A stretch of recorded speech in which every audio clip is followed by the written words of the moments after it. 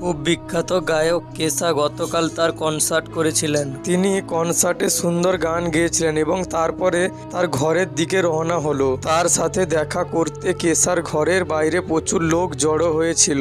কিছুক্ষণ পরে তাতে তার ঘরে মৃত অবস্থায় পাওয়া গেছে। দেখে মনে হচ্ছিল কেশা তার খুনিদের সাথে লড়াই করেছে। গোয়েন্দা মেহুলকে তার হত্যার তদন্তের জন্য ডাকা হয়েছিল। মেহুল দেখতে পেলেন যে কনসার্টের পরে কেশা তার কয়েকজন ভক্তের সাথে দেখা করেছিলেন। মেহুল তাদের জিজ্ঞাসাবাদ করেছিলেন। ফ্যান নাম্বার 1, আমি কেশার একটি বড় অনুরাগী ছিলাম। আমার কিছুক্ষণের জন্য কথা বললাম, একটি সেলফি তুলেছিলাম এবং তারপরে আমি চলে গেলাম। ফ্যান নাম্বার 2, আমি তার অটোগ্রাফ নিতে এসেছি। আমার মেয়ে তাকে ভালোবাসে। আমি আমার মেয়ের জন্য তার সাথে একটি ছবি তুলেছিলাম। ফ্যান নাম্বার 3, আমি সবেমাত্র কেশার অটোগ্রাফ নিয়েছি, একটি সেলফি এবং তারপরে আমি চলে গেলাম। বন্ধুরা, এই তিনজনের মধ্যে কে কেশাকে হত্যা করেছে?